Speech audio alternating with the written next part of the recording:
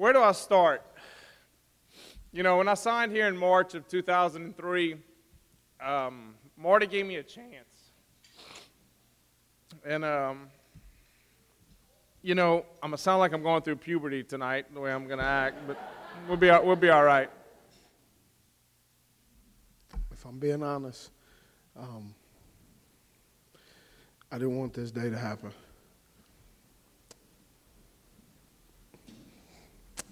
Because people would see my vulnerableness.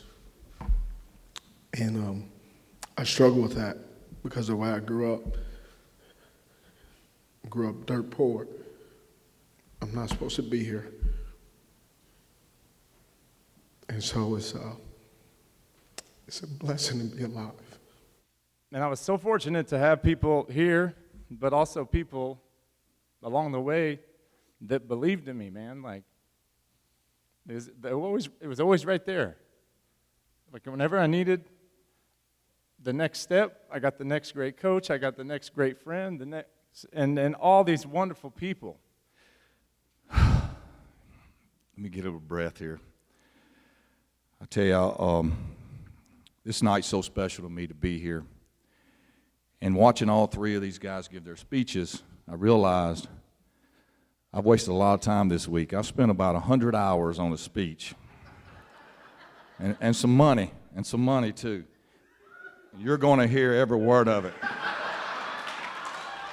always wanted to be a pro football player, even when I was riding the B team in basketball in 7th grade with size 15 shoes and big floppy ears and a lot more width than I had height. But I wanted to be a pro football player, and there was people along the way every step. And I love relationships. Jake talked about it, and I was trying to think about how I could make other people understand how it feels to be up here. And the thing I realized is nobody else in the world knows my relationships like I do.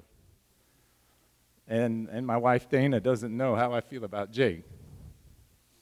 Or Jake doesn't know how I feel about my coach. It's unique to only me.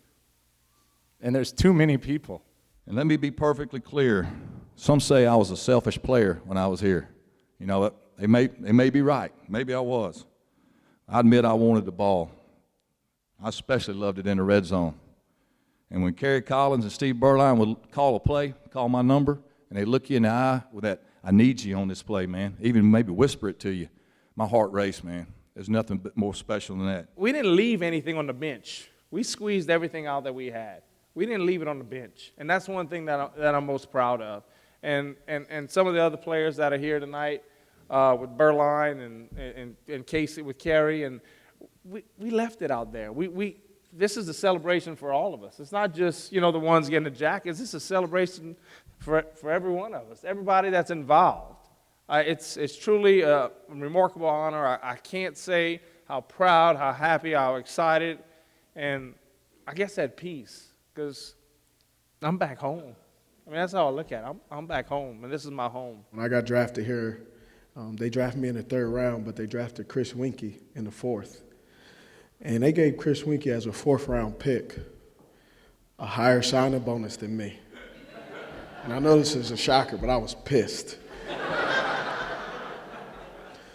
And I looked at Marty and I said, if you don't sign me and take care of me as a rookie, it's going to be your biggest mistake because I'm going to be the best player that ever played here.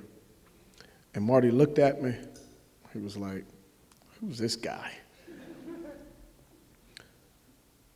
I've always wanted to tell you, I appreciate you taking a chance on a knucklehead from LA because it means the world to me.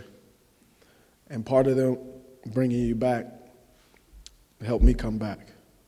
I never thought I'd wear blue again, because red's my favorite color anyway. But I love what you guys are doing, and I'm happy to be back.